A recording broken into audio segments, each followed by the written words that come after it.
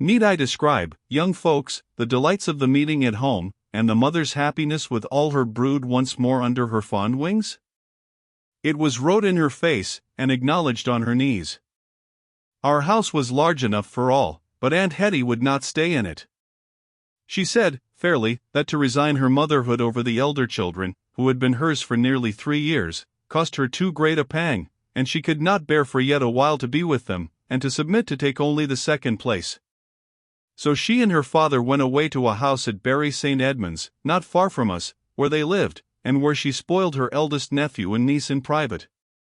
It was the year after we came home that Mr. B., the Jamaica planter, died, who left her the half of his fortune, and then I heard, for the first time, how the worthy gentleman had been greatly enamored of her in Jamaica, and, though she had refused him, had thus shown his constancy to her. Heaven knows how much property of Aunt Hetty's Monsieur Miles hath already devoured.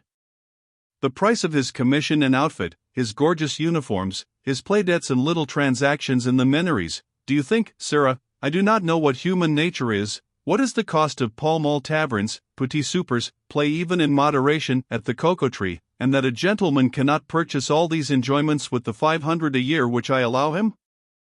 Aunt Hetty declares she has made up her mind to be an old maid. I made a vow never to marry until I could find a man as good as my dear father, she said, and I never did, Sir George. No, my dearest Theo, not half as good, and Sir George may put that in his pipe and smoke it. And yet when the good general died, calm, and full of years, and glad to depart, I think it was my wife who shed the most tears. I weep because I think I did not love him enough, said the tender creature, whereas Hetty scarce departed from her calm, at least outwardly and before any of us, talks of him constantly still, as though he were alive, recalls his merry sayings, his gentle, kind ways with his children, when she brightens up and looks herself quite a girl again, and sits cheerfully looking up to the slab in church which records his name and some of his virtues, and for once tells no lies. I had fancied, sometimes, that my brother Hal, for whom Hetty had a juvenile passion, always retained a hold of her heart, and when he came to see us, 10 years ago, I told him of this childish romance of Het's, with the hope, I own, that he would ask her to replace Mrs. Fanny, who had been gathered to her father's, and regarding whom my wife, with her usual propensity to consider herself a miserable sinner, always reproached herself, because, forsooth, she did not regret Fanny enough. Hal, when he came to us, was plunged in grief about her loss, and vowed that the world did not contain such another woman. Our dear old general, who was still in life then, took him in and housed him, as he had done in the happy early days. The women played him the very same tunes which he had heard when a boy at Oakhurst. Everybody's heart was very soft with old recollections, and Harry never tired of pouring out his griefs and his recitals of his wife's virtues to Het, and anon of talking fondly about his dear Aunt Lambert, whom he loved with all his heart, and whose praises, you may be sure, were welcome to the faithful old husband, out of whose thoughts his wife's memory was never, I believe, absent for any 3 waking minutes of the day. General Hal went to Paris as an American general officer in his blue and yellow, which Mr. Fox and other gentlemen had brought into fashion here likewise, and was made much of at Versailles, although he was presented by Monsieur le Marquis de Lafayette to the most Christian king and queen, who did not love Monsieur le Marquis. And I believe a marquise took a fancy to the Virginian general, and would have married him out of hand, had he not resisted, and fled back to England and Warrington and Bury again, especially to the latter place, where the folks would listen to him as he talked about his late wife, with an endless patience and sympathy. As for us, who had known the poor paragon, we were civil, but not quite so enthusiastic regarding her, and rather puzzled sometimes to answer our children's questions about Uncle Hal's angel wife. The 2 generals and myself, and Captain Miles, and Parson Blake, who was knocked over at Monmouth, the year after I left America, and came home to change his coat, and take my living, used to fight the battles of the Revolution over our bottle, and the parson used to cry, by Jupiter, General, he compounded for Jupiter, when he laid down his military habit, you are the Tory, and Sir George is the Whig. He is always finding fault with our leaders, and you are forever standing up for them, and when I prayed for the king last Sunday, I heard you following me quite loud. And so I do, Blake, with all my heart. I can't forget I wore his coat, says Hal. Ah, if Wolfe had been alive for 20 years more, says Lambert. "Ah, sir," cries Hal, "you should hear the general talk about him." "What general?" says I, to vex him. "My general," says Hal, standing up and filling a bumper. "His Excellency General George Washington." "With all my heart," cry I, but the parson looks as if he did not like the toast or the claret. Hal never tired in speaking of his general, and it was on some such evening of friendly converse that he told us how he had actually been in disgrace with this general whom he loved so fondly. Their difference seems to have been about Monsieur le Marquis de Lafayette before mentioned, who played such a fine part in history of late, and who hath so suddenly disappeared out of it. His previous rank in our own service, and his acknowledged gallantry during the war, ought to have secured Colonel Warrington's promotion in the Continental Army, where a whippersnapper like M. de Lafayette had but to arrive and straightway to be complimented by Congress with the rank of Major General. Hal, with the freedom of an old soldier, had expressed himself somewhat contemptuously regarding some of the appointments made by Congress, with whom all sorts of miserable intrigues and cabals were set to work by unscrupulous officers who were greedy of promotion. Mr. Warrington, imitating perhaps in this the example of his now illustrious friend of Mount Vernon, affected to make the war in gentilhomme, took his pay, to be sure, but spent it upon comforts and clothing for his men, and as for rank, declared it was a matter of no earthly concern to him, and that he would as soon serve as colonel as in any higher grade. No doubt he added contemptuous remarks regarding certain general officers of Congress Army, their origin, and the causes of their advancement. Notably, he was very angry about the sudden promotion of the young French lad just named the Marquis, as they loved to call him, in the Republican Army, and who, by the way, was a prodigious favorite of the chief himself. There were not 3 officers in the whole Continental force, after poor Madcap Lee was taken prisoner and disgraced, who could speak the Marquis's language, so that Hal could judge the young Major General more closely and familiarly than other gentlemen, including the Commander-in-Chief himself. Mr. Washington good-naturedly rated friend Hal for being jealous of the beardless commander of Auvergne, was himself not a little pleased by the filial regard and profound veneration which the enthusiastic young nobleman always showed for him, and had, moreover, the very best politic reasons for treating the Marquis with friendship and favor. Meanwhile, as it afterwards turned out, the Commander-in-Chief was most urgently pressing Colonel Warrington's promotion upon Congress, and, as if his difficulties before the enemy were not enough, he being at this hard time of winter entrenched at Valley Forge, commanding 5,000 or 6,000 men at the most, almost without fire, blankets, food, or ammunition, in the face of Sir William Howe's army, which was perfectly appointed, and 3 times as numerous as his own, as if, I say, this difficulty was not enough to try him, he had further to encounter the cowardly distrust of Congress, and insubordination and conspiracy amongst the officers in his own camp.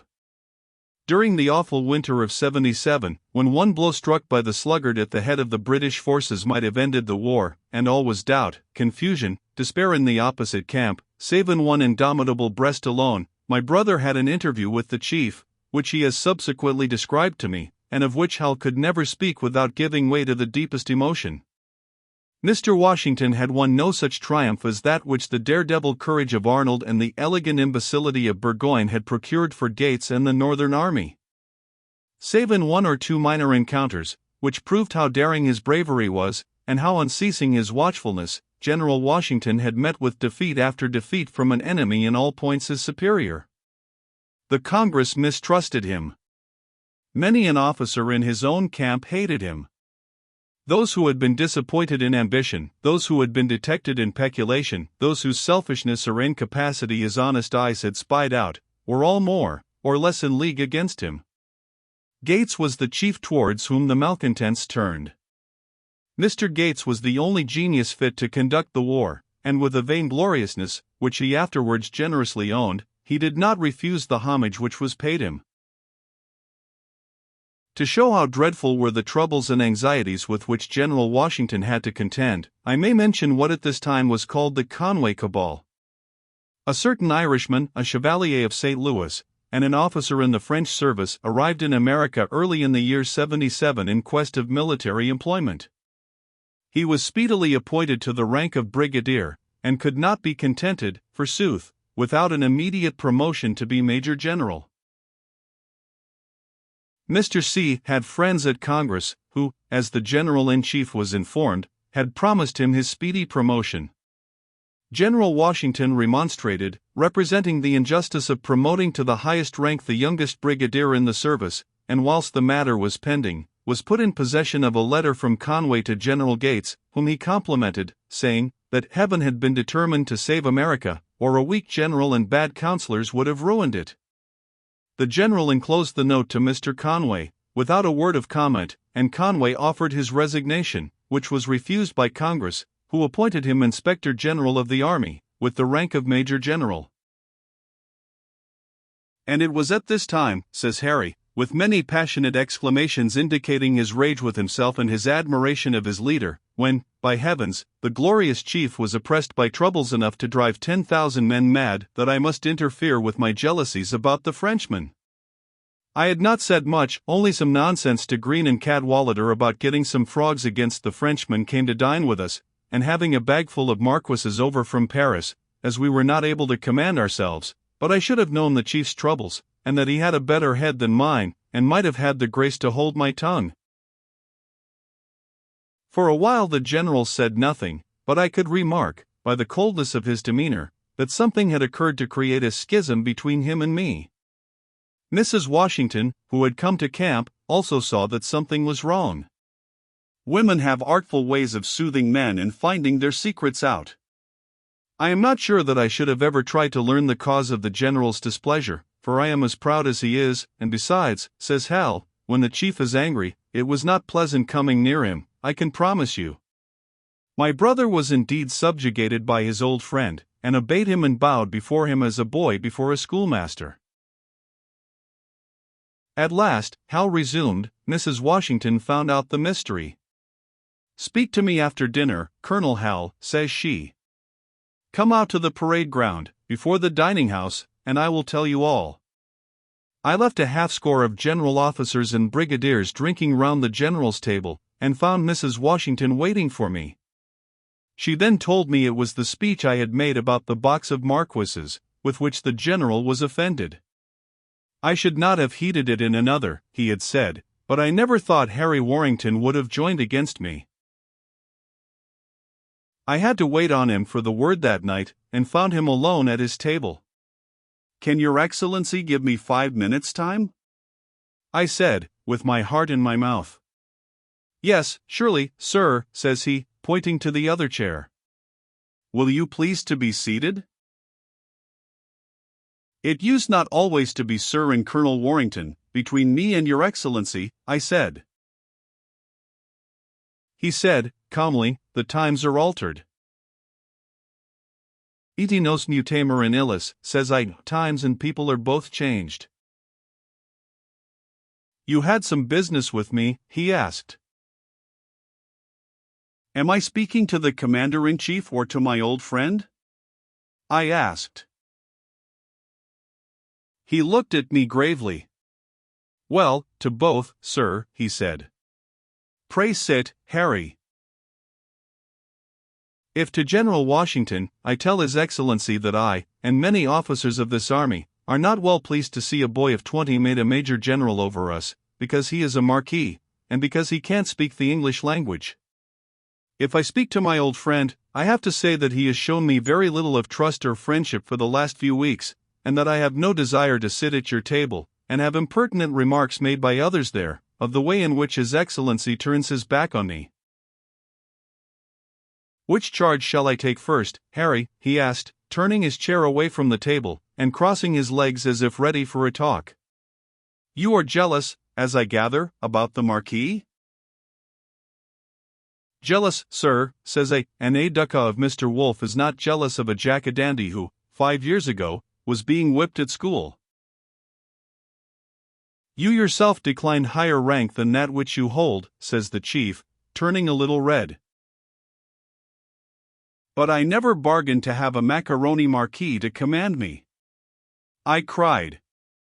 "I will not, for one, carry the young gentleman's orders, and since Congress and your Excellency chooses to take your generals out of the nursery, I shall humbly ask leave to resign, and retire to my plantation." "Do, Harry, that is true friendship," says the chief, with a gentleness that surprised me. "Now that your old friend is in a difficulty, 'tis surely the best time to leave him." "Sir," says I, "do as so many of the rest are doing, Mr. Warrington. Et tu, brute, as the play says." "Well, well, Harry. I did not think it of you, but, at least, you are in the fashion." "You asked which charge you should take first?" I said. The promotion of the Marquis? I recommended the appointment to Congress, no doubt, and you and other gentlemen disapprove it. "I have spoken for myself, sir," says I. "If you take me in that tone, Colonel Warrington, I have nothing to answer," says the chief, rising up very fiercely, "and presume that I can recommend officers for promotion without asking your previous sanction." "Being on that tone, sir," says I, "let me respectfully offer my resignation to your Excellency, founding my desire to resign upon the fact that Congress, at your Excellency's recommendation, offers its highest commands to boys of 20, who are scarcely even acquainted with our language." And I rise up and make His Excellency a bow. "Great heavens, Harry," he cries, "about this Marquis's appointment he was beaten, that was the fact, and he could not reply to me. Can't you believe that in this critical time of our affairs, there are reasons why special favors should be shown to the first Frenchman of distinction who comes amongst us?" "No doubt, sir. If your Excellency acknowledges that Monsieur de Lafayette's merits have nothing to do with the question." "I acknowledge or deny nothing, sir," says the general, with a stamp of his foot, and looking as though he could be terribly angry if he would. "Am I here to be catechized by you? Stay. Hark, Harry. I speak to you as a man of the world, nay, as an old friend. This appointment humiliates you and others, you say? Be it so. Must we not bear humiliation, along with the other burthens and griefs, for the sake of our country? It is no more just perhaps that the Marquis should be set over you gentlemen, than that your Prince Ferdinand or your Prince of Wales at home should have a command over veterans. But if in appointing this young nobleman we please a whole nation, and bring ourselves 20 millions of allies, will you and other gentlemen sulk because we do him honor? 'Tis easy to sneer at him, though, believe me, the Marquis has many more merits than you allow him. To my mind it were more generous, as well as more polite, of Harry Warrington to welcome this stranger for the sake of the prodigious benefit our country may draw from him, not to laugh at his peculiarities, but to aid him and help his ignorance by your experience as an old soldier. That is what I would do, that is the part one expected of thee, for it is the generous and manly one, Harry, but you choose to join my enemies, and when I am in trouble you say you will leave me. That is why I have been hurt, that is why I have been cold. I thought I might count on your friendship, and you can tell whether I was right or no. I relied on you as on a brother, and you come and tell me you will resign. Be it so. Being embarked in this contest, by God's will I will see it to an end. You are not the first, Mr. Warrington, has left me on the way." He spoke with so much tenderness, and as he spoke his face wore such a look of unhappiness, that an extreme remorse and pity seized me, and I called out I know not what incoherent expressions regarding old times, and vowed that if he would say the word, I never would leave him. "You never loved him, George," says my brother, turning to me, "but I did beyond all mortal men, and, though I am not clever like you, I think my instinct was in the right. He has a greatness not approached by other men." "I don't say no, brother," said I, "now." "Greatness, pooh," says the parson, growling over his wine. We walked into Mrs. Washington's tea-room arm in arm. Hal resumed. She looked up quite kind, and saw we were friends. "Is it all over, Colonel Harry?" she whispered. "I know he has applied ever so often about your promotion." "I never will take it," says I. "And that is how I came to do penance," says Harry, telling me the story, with Lafayette the next winter. Hal could imitate the Frenchman very well. I will go with him, says I know the way to Quebec, and when we are not in action with Sir Guy, I can hear His Excellency the Major General say his lesson. There was no fight, we could get no army to act in Canada, and return to headquarters, and what do you think disturbed the Frenchman most? The idea that people would laugh at him, because his command had come to nothing. And so they did laugh at him, and almost to his face too, and who could help it? If our chief had any weak point, it was this Marquis.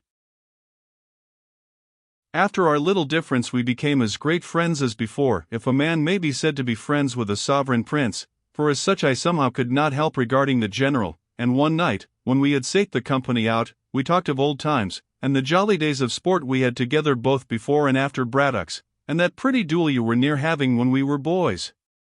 He laughed about it, and said he never saw a man look more wicked and more bent on killing than you did, and to do Sir George justice, I think he has hated me ever since, says the chief.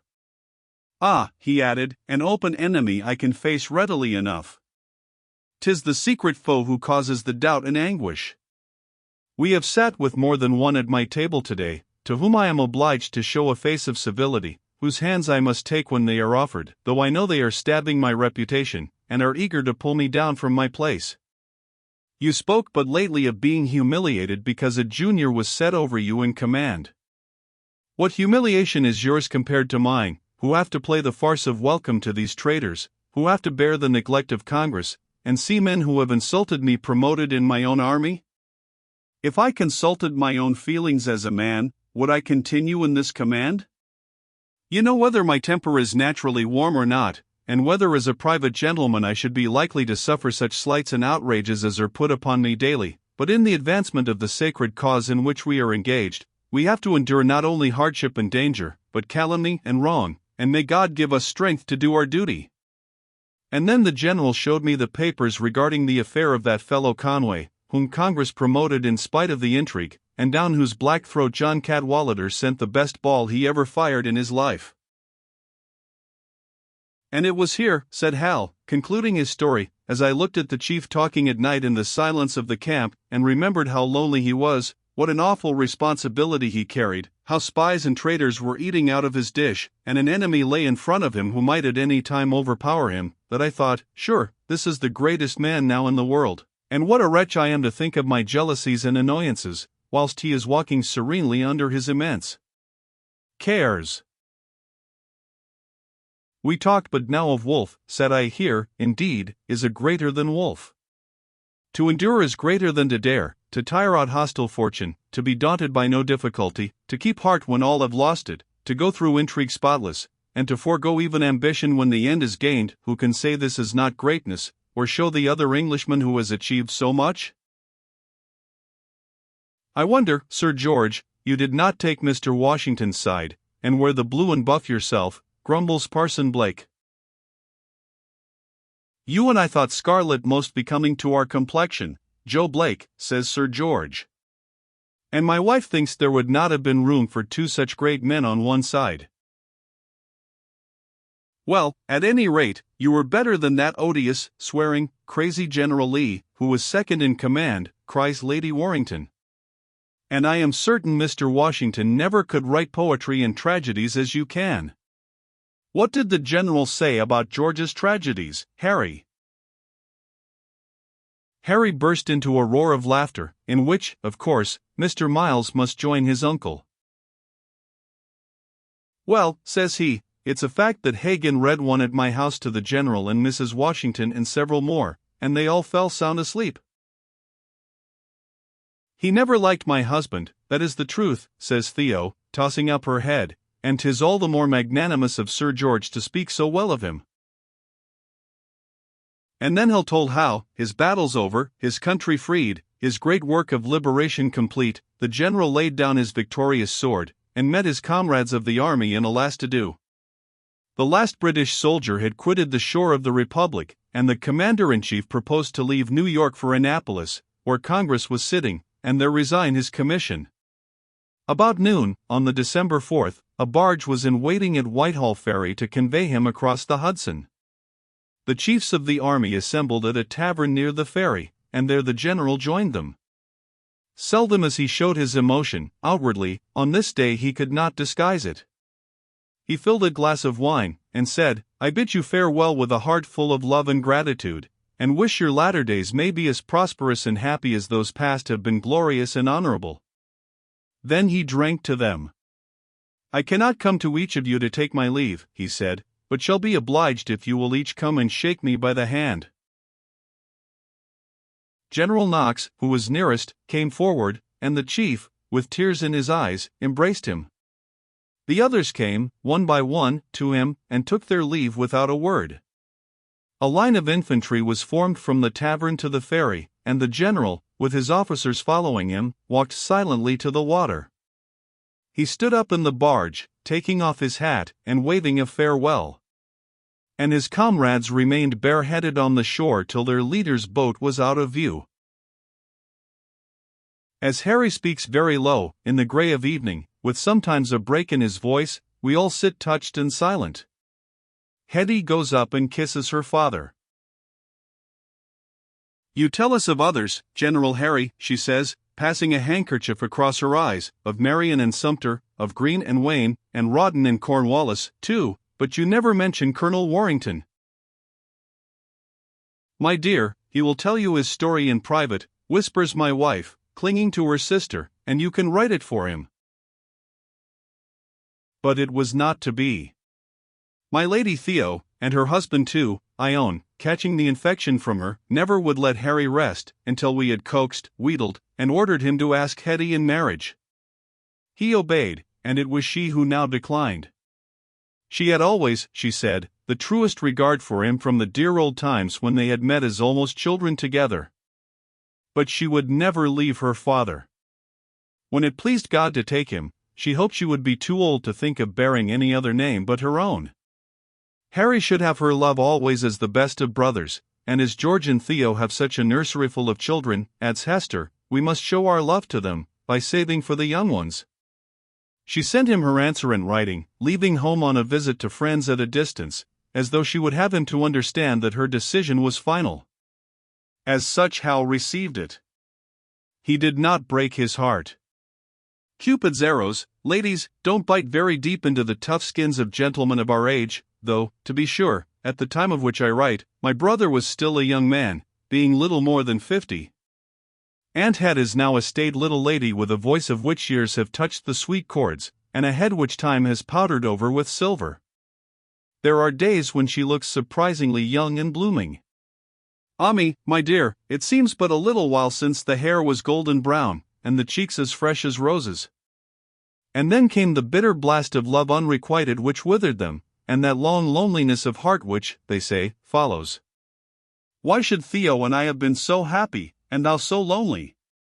Why should my meal be garnished with love, and spread with plenty, while yon solitary outcast shivers at my gate? I bow my head humbly before the dispenser of pain and poverty, wealth and health. I feel sometimes as if, for the prizes which have fallen to the lot of me unworthy, I did not dare to be grateful. But I hear the voices of my children in their garden, or look up at their mother from my book, or perhaps my sickbed, and my heart fills with instinctive gratitude towards the bountiful heaven that has so blessed me. Since my accession to my uncle's title and estate, my intercourse with my good cousin Lord Castlewood had been very rare. I had always supposed him to be a follower of the winning side in politics, and was not a little astonished to hear of his sudden appearance in opposition. A disappointment in respect to a place at court, of which he pretended to have had some promise, was partly the occasion of his rupture with the ministry. It is said that the most august person in the realm had flatly refused to receive into the Royal household a nobleman whose character was so notoriously bad, and whose example, so the august objector was pleased to say, would ruin and corrupt any respectable family. I heard of the Castlewoods during our travels in Europe, and that the mania for play had again seized upon his lordship.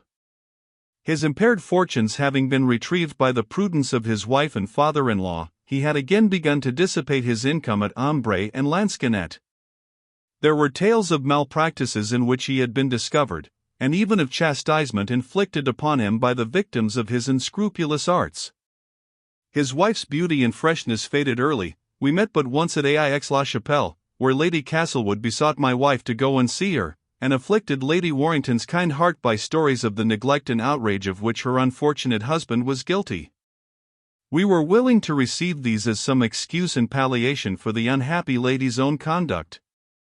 A notorious adventurer, gambler, and spadassin, calling himself the Chevalier de Berry, and said to be a relative of the mistress of the French king, but afterwards turning out to be an Irishman of low extraction, was in constant attendance upon the Earl and Countess at this time, and conspicuous for the audacity of his lies, the extravagance of his play, and somewhat mercenary gallantry towards the other sex, and a ferocious bravo courage, which, however, failed him on one or two awkward occasions, if common report said true.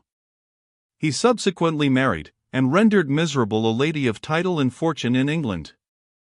The poor little American lady's interested union with Lord Castlewood was scarcely more happy. I remember our little Miles's infantile envy being excited by learning that Lord Castlewood's second son, a child a few months younger than himself, was already an ensign on the Irish establishment, whose pay the fond parents regularly drew. This piece of preferment my lord must have got for his cadet whilst he was on good terms with the minister, during which period of favour Will Esmond was also shifted off to New York.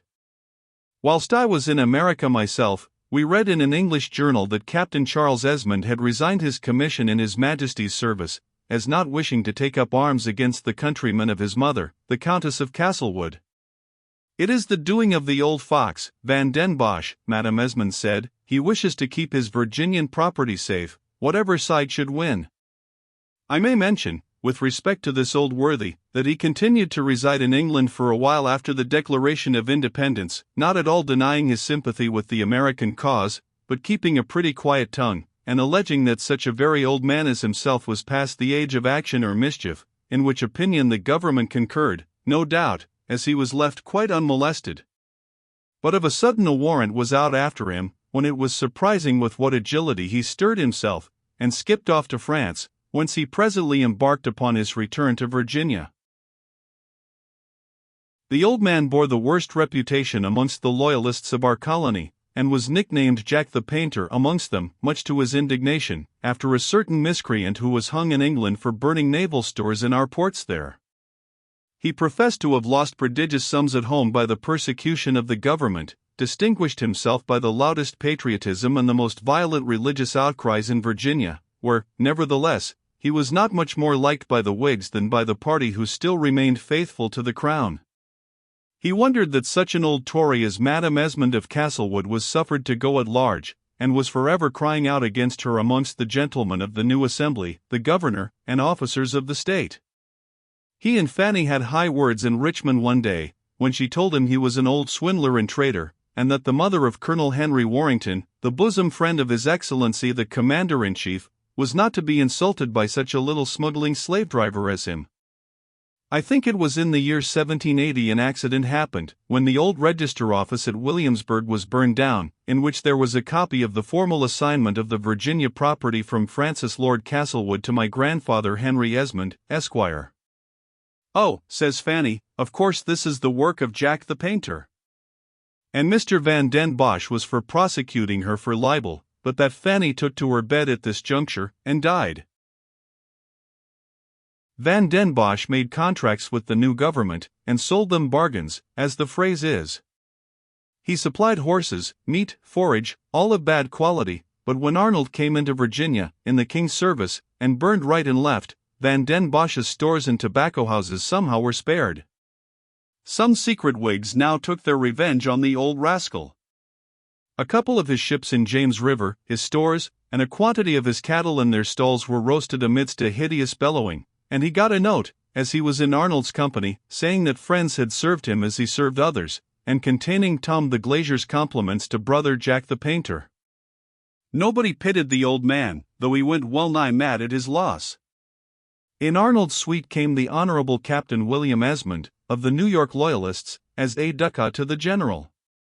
When Howe occupied Philadelphia, Will was said to have made some money keeping a gambling house with an officer of the Dragoons of Anspach. I know not how he lost it. He could not have had much when he consented to become an aide-de-camp of Arnold. Now, the king's officers having reappeared in the province, Madame Esmond thought fit to open her house at Castlewood and invite them thither, and actually received Mr. Arnold and his suite. "It is not for me," she said, "to refuse my welcome to a man whom my sovereign has admitted to grace." And she threw her house open to him, and treated him with great though frigid respect whilst he remained in the district. The general gone, and his precious aide-de-camp with him, some of the rascals who followed in their suite remained behind in the house where they had received so much hospitality, insulted the old lady in her hall, insulted her people, and finally set fire to the old mansion in a frolic of drunken fury. Our house at Richmond was not burned, luckily, though Mr. Arnold had fired the town, and thither the undaunted old lady proceeded, surrounded by her people, and never swerving in her loyalty, in spite of her ill usage. The Esmonds, she said, were accustomed to royal ingratitude. And now Mr. Van den Bosch, in the name of his grandson and my Lord Castlewood, in England, set up a claim to our property in Virginia. He said it was not my lord's intention to disturb Madame Esmond in her enjoyment of the estate during her life, but that his father, it had always been understood, had given his kinsman a life interest in the place, and only continued it to his daughter out of generosity. Now my lord proposed that his second son should inhabit Virginia, for which the young gentleman had always shown the warmest sympathy. The outcry against Van den Bosch was so great that he would have been tarred and feathered, had he remained in Virginia. He betook himself to Congress, represented himself as a martyr ruined in the cause of liberty, and prayed for compensation for himself and justice for his grandson. My mother lived long in dreadful apprehension, having in truth a secret, which she did not like to disclose to anyone. Her titles were burned. The deed of assignment in her own house, the copy in the registry at Richmond, had alike been destroyed by chance? By villainy? Who could say? She did not like to confide this trouble in writing to me. She opened herself to Hal, after the surrender of Yorktown, and he acquainted me with the fact in a letter by a British officer returning home on his parole. Then I remembered the unlucky words I had let slip before Will Esmond at the coffee-house at New York, and a part of this iniquitous scheme broke upon me. As for Mr. Will, there is a tablet in Castlewood Church, in Hampshire, inscribed, Dulceati decorum est pro patria mori, and announcing that this marble is placed by a mourning brother, to the memory of the Honorable William Esmond, Esquire, who died in North America, in the service of his king. But how? When, towards the end of 1781, a revolt took place in the Philadelphia line of the Congress Army, and Sir Henry Clinton sent out agents to the mutineers, what became of them? The men took the spies prisoners, and proceeded to judge them, and my brother, whom they knew and loved, and had often followed under fire, who had been sent from camp to make terms with the troops, recognized one of the spies, just as execution was about to be done upon him, and the wretch, with horrid outcries, groveling and kneeling at Colonel Warrington's feet, besought him for mercy, and promised to confess all to him. To confess what? Harry turned away sick at heart. Will's mother and sister never knew the truth. They always fancied it was in action he was killed. As for my Lord Earl, whose noble son has been the intendant of an illustrious prince, and who has enriched himself at play with his Earl master, I went to see his lordship when I heard of this astounding design against our property, and remonstrated with him on the matter. For myself, as I showed him, I was not concerned, as I had determined to cede my right to my brother. He received me with perfect courtesy, smiled when I spoke of my disinterestedness, said he was sure of my affectionate feelings towards my brother, but what must be his towards his son? He had always heard from his father, he would take his Bible oath of that, at my mother's death, the property would return to the head of the family. At the story of the title which Colonel Esmond had ceded, he shrugged his shoulders, and treated it as a fable. On any fate pas de ces folies là, says he, offering me snuff, and your grandfather was a man of esprit. My little grandmother was a prize of him, and my father, the most good-natured soul alive, lent them the Virginian property to get them out of the way. Citoyen un scandale, mon cher, un joli petit scandale. Oh, if my mother had but heard him! I might have been disposed to take a high tone, but he said, with the utmost good nature, my dear knight, are you going to fight about the character of our grandmother? Allons donc. Come, I will be fair with you. We will compromise, if you like, about this Virginian property, and his lordship named a sum greater than the actual value of the estate. Amazed at the coolness of this worthy, I walked away to my coffee house, where, as it happened, an old friend was to dine with me, for whom I have a sincere regard. I had felt a pang at not being able to give this gentleman my living of Warrington-on-Waveney, but I could not, as he himself confessed honestly. His life had been too loose, and his example in my village could never have been edifying. Besides, he would have died of ennui there, after being accustomed to a town life, and he had a prospect finally, he told me, of settling himself most comfortably in London and the church. He was the second incumbent of Lady Whittlesey's chapel, Mayfair, and married Elizabeth, relict of Hermann Volker, Esq., the eminent brewer. My guest, I need not say, was my old friend Sampson, who never failed to dine with me when I came to town, and I told him of my interview with his old patron.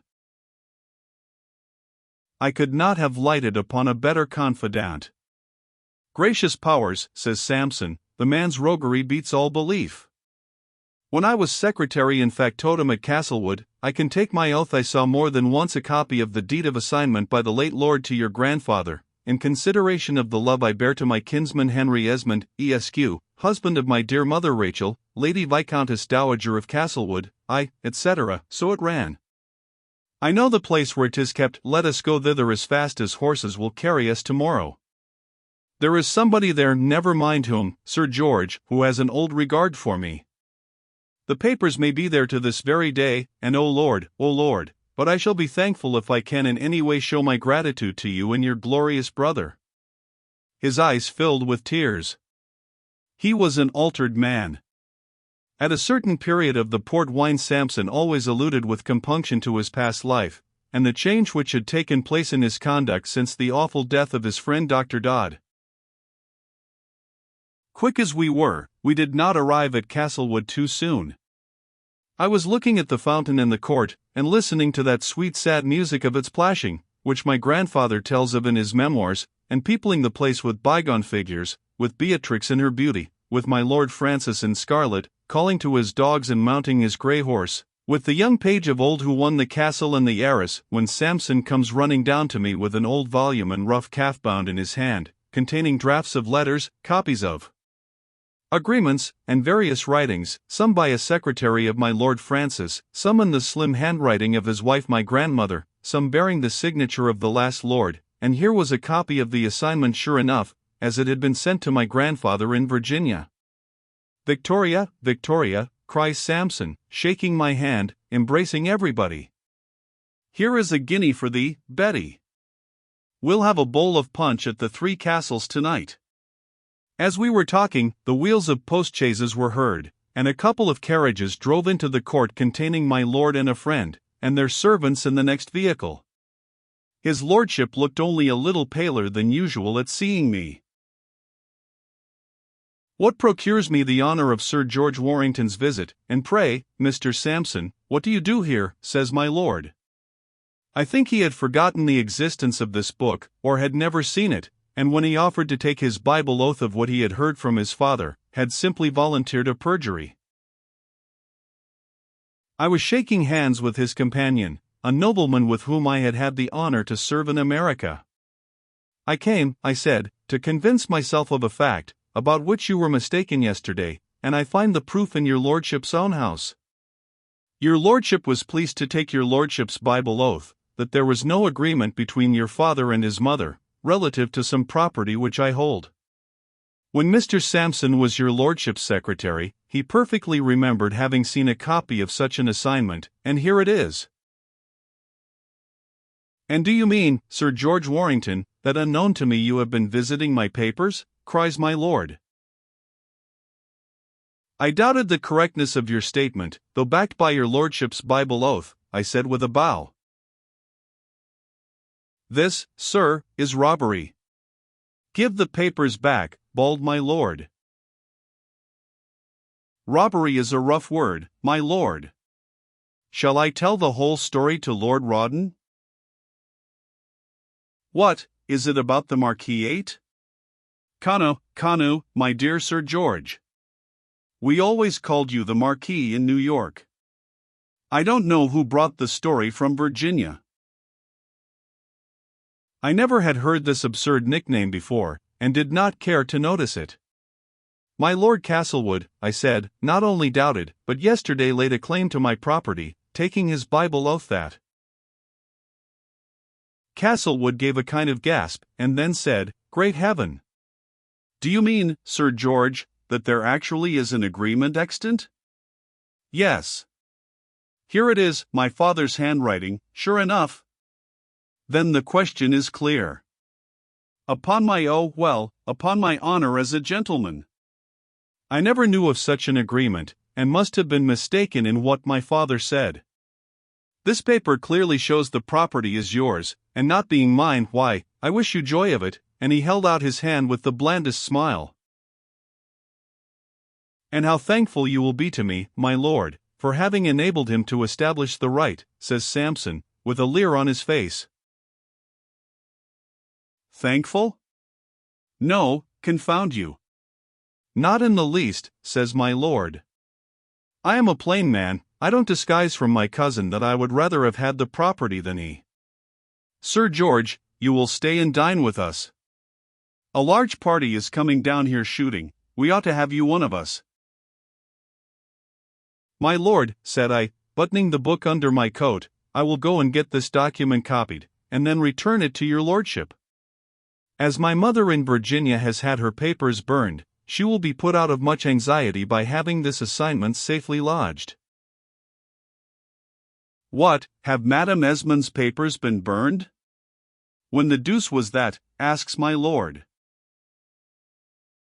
My lord, I wish you a very good afternoon. Come, Samson, you and I will go and dine at the Three Castles. And I turned on my heel, making about a Lord R, and from that day to this I have never set my foot within the halls of my ancestors. Shall I ever see the old mother again, I wonder? She lives in Richmond, never having rebuilt her house in the country.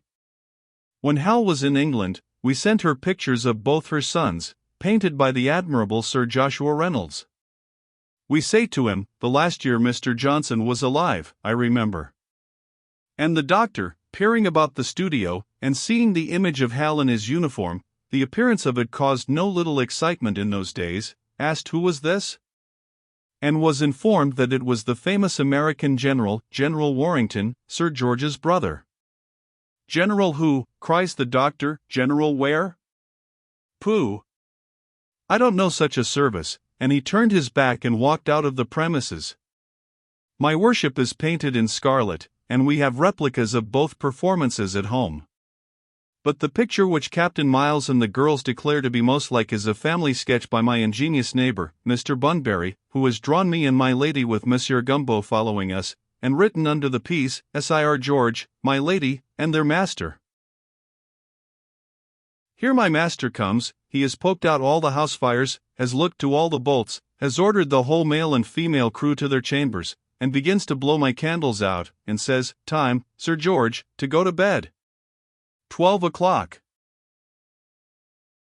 Bless me! So indeed it is. And I close my book, and go to my rest, with a blessing on those now around me asleep. The end.